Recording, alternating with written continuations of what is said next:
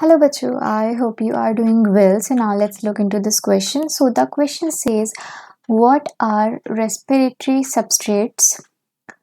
Name the most common respiratory substrates. अब देखो, ये हमें इस टर्म से ही पता लग रहा है कि रेस्पिरेटरी सबस्ट्रेट्स का क्या मतलब होगा। मतलब कि जो वो सबस्ट्रेट्स जो कि यूज्ड हो रहे हैं इन द रेस्पिरेशन प्रोसेस, उनको ही बोल रहे रेस्पिरेटरी सबस्ट्रेट्स। अब बेसिकली ये होते क्या हैं, these are the organic substrates जो कि यूज होते हैं रेस्पिरेशन में, बेसिकली ऑक्सीडाइज्ड होते हैं to liberate the energy within the living cells. Simple. So हम लिख सकते हैं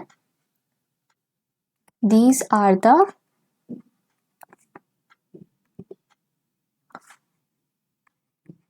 organic substrates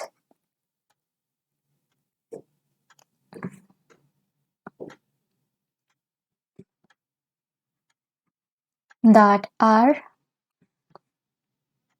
oxidized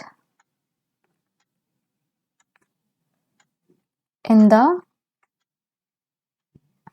respiration process to liberate energy. Energy कहाँ पे देते हैं? इन the living sales, in the living sales. अब देखो, जो कॉमन रेस्पिरेटरी सबस्ट्रेट्स हैं वो कौन से होंगे? जैसे कि कार्बोहाइड्रेट्स हो गया है, प्रोटीन्स हो गया है, लिपिड्स हो गया है, ऑर्गेनिक एसिड्स हो गए हैं। These are the common respiratory substrates. तो हम लिख सकते हैं एग्जाम्पल में carbohydrates, proteins, fats and organic acids. But अगर हमसे पूछा जाए मोस्ट कॉमन, तो आप मुझे बताओ ग्लाइकोलिसिस में क्या होता है? ग्लूकोज का ब्रेकडाउन होता है ना। ग्लूकोज है क्या? एक कार्बोहाइड्रेट है, और वैसे वो है क्या? It's an hexose monosaccharide. So हम लिख सकते हैं यहाँ पे glucose which is a carbohydrate and it is also hexose monosaccharide.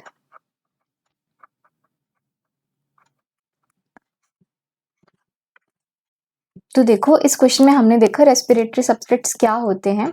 Basically ना, ये जो सबस्ट्रेट्स होते हैं इनका ब्रेकडाउन किया जाता है। ठीक है, अब इनका ब्रेकडाउन कौन करेगा? कुछ एंजाइम्स होंगी, ठीक है, वो इनको ब्रेकडाउन करेंगी in order to liberate energy. तो वही हमने लिखा कि these are the organic substrates that are oxidised in the respiration process to liberate the energy in the living cells। हमने कॉमन रेस्पिरेटरी सबस्ट्रेट्स के एग्जांपल दे दिया और मोस्ट कॉमन बता दिया कि ग्लूकोज होता है विच इज अ कार्बोहाइड्रेट और हेक्सोज मोनोसेक्राइड होता है वो।